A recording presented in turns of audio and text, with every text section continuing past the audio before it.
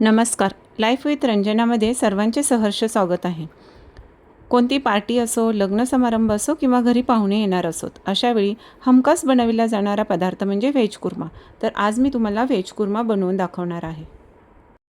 त्यासाठी इथे घेतलेले आहेत 2 मोठे कांदे, 1 मोठा टोमॅटो, अद्रक, मिरची, लसूण, कोवळ्या देठासहित कोथिंबीर आणि काजू आणि मगज अर्धा तास भिजत घातलेले आहेत. हे साहित्य घेतलेलं आहे. त्यासोबत घेतलेलं आहे पाव किलो पनीर आणि काही भाज्या घेतलेल्या आहेत. वाटाणा, गाजर, फरसबी, सिमला मिरची, फ्लावर आणि बटाटा. तुमच्या आवडीनुसार तुम्ही कमी जास्त भाज्या घेऊ शकता. त्याचबरोबर काही कोरडे मसाले आहेत. किचन किंग मसाला आहे 1 चमचा, मिरची पावडर 1 चमचा, धना जिरा पावडर 1 चमचा, जिरा पावडर अर्धा चमचा, कसुरी मेथी अर्धा चमचा आणि हळद अर्धा चमचा. हे कोरडे मसाले लागणार आहेत.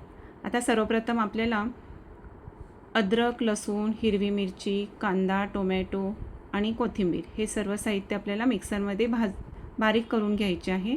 भाजायची आवश्यकता नाही आहे, कच्चेच बारीक करून घ्यायचे आहे.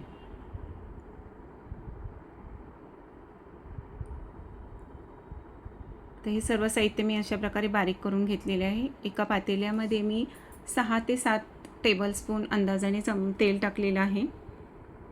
तेल थोडे गरम झाले की आपल्याला हा मसाला टाकायचा आहे. जास्त कडक तेल होऊ द्यायचे नाही, नाहीतर मसाला अंगावर उडेल. म्हणून मध्यम तेल तापले गेले पाहिजे. अशा प्रकारे आपल्याला तो मसाला आता तेलामध्ये परतायचा आहे. थोडा वेळ परतल्यानंतर आपल्याला झाकण ठेवून तो मसाला तेलात छान तेल सुटेपर्यंत शिजवायचा आहे. तोपर्यंत बाजूच्या बर्नरवर एक कढई ठेवून त्यात 1 टेबलस्पून तेल टाकायचे आहे आणि त्यामध्ये त्या सर्व भाज्या चांगल्या परतायच्या आहेत.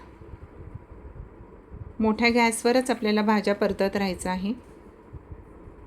आणि एका अजून दुसऱ्या बर्नरवरती मी पाणी गरम करण्यासाठी ठेवलेले आहे. इकडे सुद्धा आपल्याला मसाला चेक करत राहायचा आहे, नाहीतर तो करपण्याची शक्यता आहे.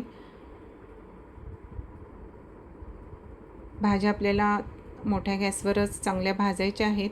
5 ते 7 मिनटं भाज्या चांगल्या भाजल्यानंतर आपल्याला गरम पाणी ओतायचं आहे. थोडं मीठ टाकायचं आहे आणि झाकण ठेवून 80% आपल्याला भाज्या शिजवायच्या आहेत. पूर्ण नाही शिजवायच्या आहेत भाज्या. तोपर्यंत इकडचा मसालासुद्धा आपला तेल सुटत चाललेला आहे. तेलामध्ये असा जेव्हा आपण कच्चा मसाला भाजतो तेव्हा पेशन्सने काम करायचे आहे. चांगलं तेल सुटेपर्यंत मसाला भाजण्याची वाट बघायची असते. थोडाही कच्चा मसाला ठेवायचा नसतो. तेल सुटत राहिलं पाहिजे, त्यासाठी जाडबुडाचं पातेलंच वापरलं पाहिजे किंवा कढई वापरली पाहिजे. त्यामुळे मसाला चांगला भाजतो. आता तेल सुटलेलं आहे छान मसाल्याला. आपल्याला आता हे कोरडे मसाले टाकायचे आहेत. थोडं मीठ टाकायचं आहे. लक्षात ठेवायचं आहे की आपण भाजीमध्ये सुद्धा मीठ टाकलेलं आहे. आता ह्यामध्ये सुद्धा मीठ अंदाजाने टाकायचे आहे. थोडीशी किंचित साखर टाकायची आहे, म्हणजे आपल्या भाजीचा चव बॅलन्स राहते. आणि हे थोडा वेळ परतत राहायचं आहे आपल्याला. आता काय करायचे आहे, हे यामध्ये थोडंसं गरम पाणी टाकायचे आहे. मी मिक्सरच्या भांड्यातच थोडं कोमट पाणी टाकून ते पाणी ओतलेलं आहे. आणि पुन्हा एकदा आपल्याला मसाला चांगला झाकण ठेवून छान परतायचा आहे. ही जी मसाला भाजण्याची क्रिया आहे त्यामुळेच आपल्या भाजीला चांगली चव येते. आता इकडे भाजीसुद्धा थोडीशी शिजत चाललेली आहे.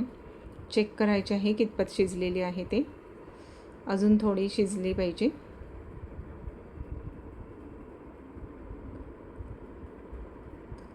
आता मसाला परत एकदा आपण हलवूया. बघा छान तेल सुटत चाललेलं आहे. मसालासुद्धा चांगला भाजत चाललेला आहे. ह्या प्रोसेसला थोडा बराच वेळ लागतो, पण पेशन्सने काम केलं की रिझल्ट चांगला लागतो.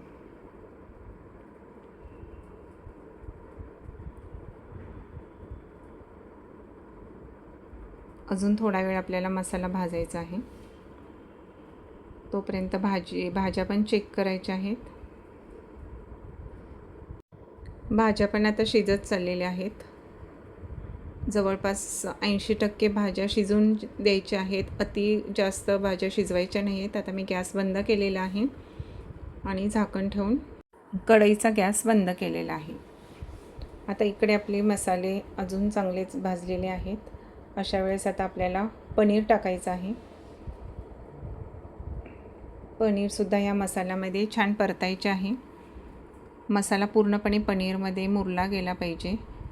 त्यासाठी पुन्हा आपल्याला झाकण ठेवून पनीरसुद्धा थोडा वेळ भाजायचे आहे. ह्या अशा प्रकारे आपण झाकण ठेवून भाजत राहिलो, तेल सुटत राहिलं की त्या भाजीला चांगली चव येते.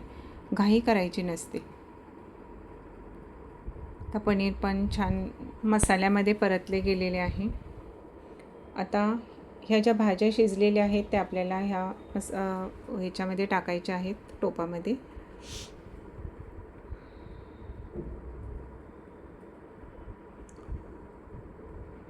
ह्या सर्व वस्तू आपल्याला पुन्हा एकदा परतत राहायचं आहे.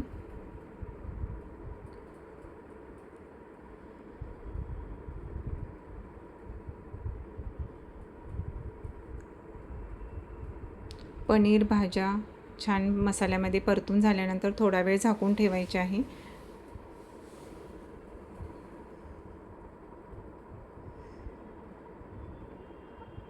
आणि एक वाफ दिल्यानंतर आपल्याला हवं तेवढं गरम पाणी त्यामध्ये ओतायचं आहे.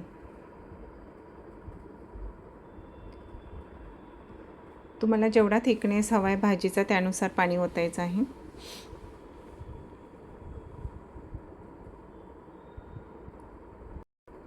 तोपर्यंत आपण हे जे काजू आणि मगज भिजत घातलेले होते ते थोडंसं पाणी घालून वाटून घ्यायचे, एकदम पेस्ट करून घ्यायची आहे. आता ह्या पेस्टमध्ये तुम्ही दुधाची साय घातली तर अजून छान लागते, पण माझ्याकडे यावेळेस साय उपलब्ध नव्हती, म्हणून मी हे फक्त एवढीच पेस्ट टाकत आहे. ह्या भाजीमध्ये टाकायची आहे. काजू मगजच्या पेस्टने ह्या भाजीला चव छान लागते. त्याचबरोबर साई टाकल्यानंतर अजून जास्त चांगली चव लागते. आता शेवटची अशी दणदणीत वाफ द्यायची आहे 1 मिनिटापुरती. बघा, थोडा वेळ वाफ देऊन आता गॅस बंद करायचा आहे आणि फायनली आपली भाजी तयार झालेली आहे.